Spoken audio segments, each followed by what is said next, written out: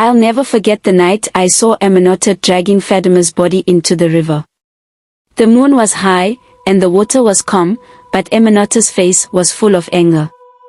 She didn't cry, didn't hesitate. She kept whispering, "You took everything from me. It wasn't a spirit. It wasn't an accident. It was her." In our village, people used to call Aminata and Fadima twins. They weren't related, but they were so close it felt like they shared the same blood. From the time they could walk, they were inseparable, gossiping together, braiding each other's hair, eating fruits together, fetching water together, even sleeping on the same mat, even as adults. Fadima was the bright one. She had a way of making people laugh, even when they were tired or angry.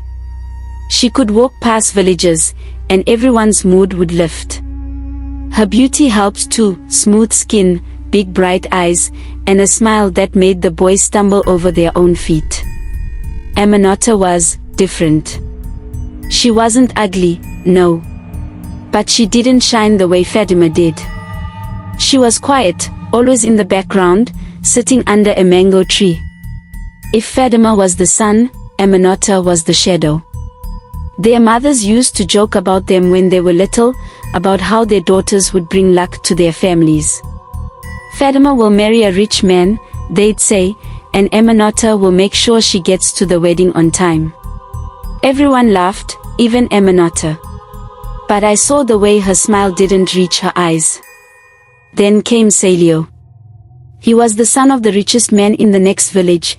He was like a prince, and when he came to our market for the first time to get fabrics, it was like a storm had arrived. He was tall, strong, and confident, with a voice that could make the elders stop talking just to listen. The first time he saw Fadima, it was over. He didn't even look at the other girls.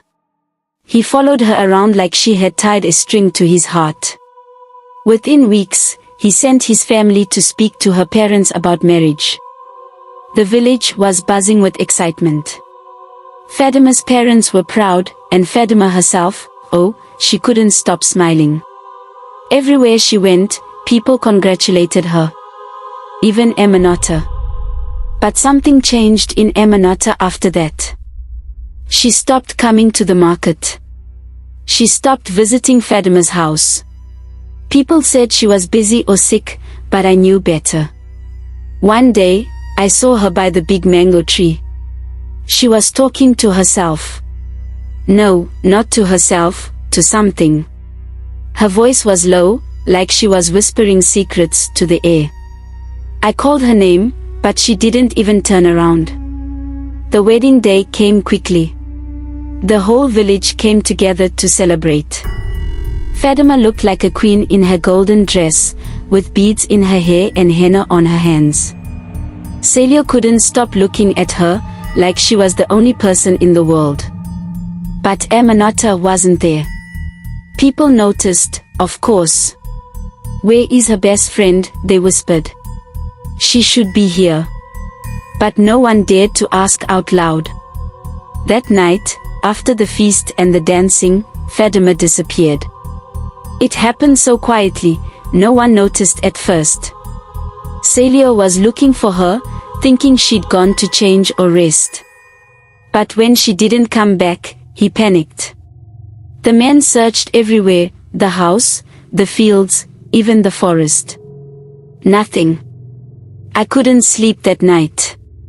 Something felt wrong, like the air was too heavy. So I went to the river to clear my head. That's when I saw Aminata. She was dragging something heavy, wrapped in cloth. At first, I thought it was a sack of rice or firewood. But then I saw the gold, Fadima's wedding dress. My chest tightened. I wanted to run, to scream, but I couldn't move. Aminata didn't see me. She was too focused, whispering to herself. "You took everything from me," she kept saying. "You took everything." She pushed the bundle into the water and stood there, watching it sink. The next morning, Fadima's body was found by the riverbank. Her golden dress was soaked, her skin pale. Celio collapsed when he saw her. He didn't speak for days. The village was silent, too. Everyone was afraid. The elders said it was a spirit, an angry river goddess jealous of the wedding. They performed rituals, sacrificed a goat, and told us all to stay away from the river at night. But I knew the truth. Aminata left the village that same day. She didn't say goodbye to anyone, not even her mother. Some people said she was grieving, that she couldn't handle the loss of her best friend. Others said she was cursed, that the same spirit that took Fadima was after her too. But I knew why she left. She was afraid. Not of spirits or curses, but of herself.